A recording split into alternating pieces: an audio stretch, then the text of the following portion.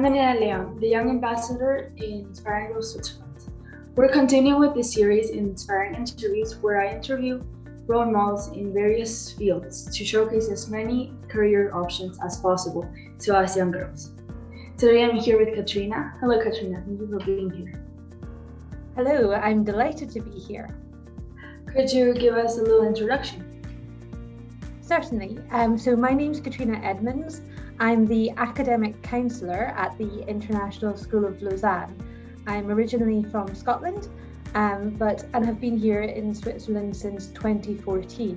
And prior to coming here, I worked at the University of Edinburgh, where I was responsible for their international office, which means recruiting students from around the world. So education is the day job. But I think it's important that you understand from the outset that I'm in education as I see it as a way to make change in society, and I'm very active on issues of equity, and particularly in relation to gender. What did you want to become when you were my age? Now that you're also helping kids with that, how was it? Well, I had no idea what I wanted to do when I was your age, and I think it's one of the reasons that I'm really passionate about what I do, is because I can remember how scary it was to feel like, you know, there were some people that knew what they wanted to do, but I had no idea whatsoever. And the funny thing is that the jobs that I've done, the career path that I've followed, actually didn't exist when I was at school. So the job of recruiting international students, that's a very modern phenomenon that universities have thought to bring in students from outside of their country. So that didn't exist last century when I was at school. And similarly, we were just talking about the role of, before the interview started, about counselling and coaching, which is what I do. It's having this kind of role within a school. It's not standard, and it depends on the school culture. So it's more typical of the US. It's more developed there, but in many public schools, my role as a university counsellor and advisor, a coach, just doesn't exist. So I'm creating the path as I go through my career. And what exactly do you do as a counsellor in school? So as a university counsellor, we take the students through the process of helping them understand who they are and what they're enjoying and what therefore they might like to do in their next steps as they transition out of high school. And then we take them through the process of exploring what their options are, and then helping them gain the insights and the information about those various options, whether it's careers or universities. And then we help them through the application process. Do all students come to you, or is it more of volunteering or? It's a good question. In our school, we try to ensure that no student's left behind. So with my experience, I see that there are always some students that are very proactive, maybe thinking about it from when they're quite young. But we deliberately start the process around, you know, when the students are in their penultimate year of secondary school, so that they've got time to prepare. Prior to that, we try and encourage the students to start thinking about it through sharing information via other teachers and so on. But for individual counselling, we work with the students in the penultimate year, and I think the other, sometimes there are students that don't come to us, and often it's maybe they're feeling like they just don't know, and they're embarrassed by that, or they're just not, they're too busy with their studies and they're not thinking about it. So we're also quite deliberate in trying to reach out to everyone. So we make sure that we eventually speak to everyone and try and help them get started. And do you think that there is a clear difference on what girls and boys decide to study? That's such a big question, and it's such an interesting one. So I've looked at this through higher education, so at universities, as well as in schools. And so first of all, like a quick summary of where we're at, globally with universities, is that generally the balance is shifting, so that there are now more women than men at university, but there is a big imbalance still in certain subjects, and they tend to be the STEM subjects, so the science, technology, engineering, math subjects. And in many countries, women are less represented than men within those academic disciplines.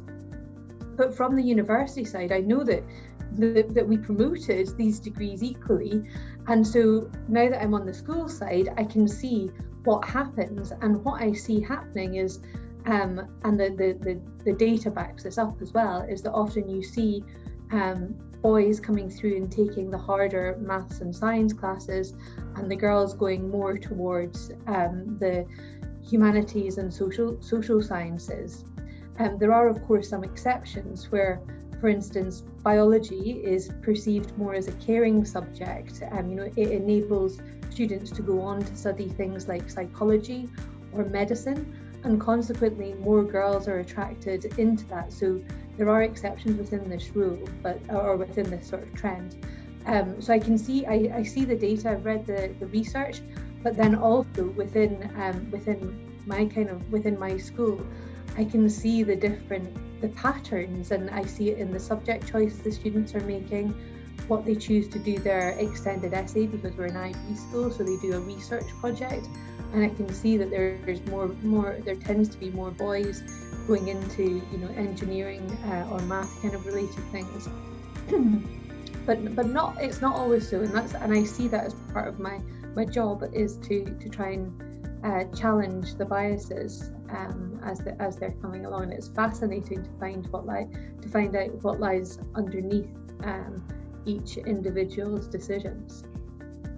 And speaking of the bias, do you think there's like any type of culturally induced decisions making while in the stage? Absolutely. Again, a lot of the research speaks to the transfer of skill development and the impact of stereotypes in subject choice. So what I mean by that is that if you're when you're doing mathematics, for example, and it starts getting tough, there's an element where you've got to have confidence, and you've got to be able to take risks and to and push yourself through. You've got to be able to persevere. Now, these skills are often the kind of skills which can be developed through sport, and particularly through team sports. And what I can see happening in general terms is that often there's more boys tend to be more encouraged into these kinds of sports, and consequently tend to have gained more of these skills, so that when they come on and are faced with difficulty in subjects like physics and maths, they have the confidence, they have from having practice and become good at something, they have the growth mindset, or they have the risk taking, from maybe being on the football and taking that risk to shoot and score the goal.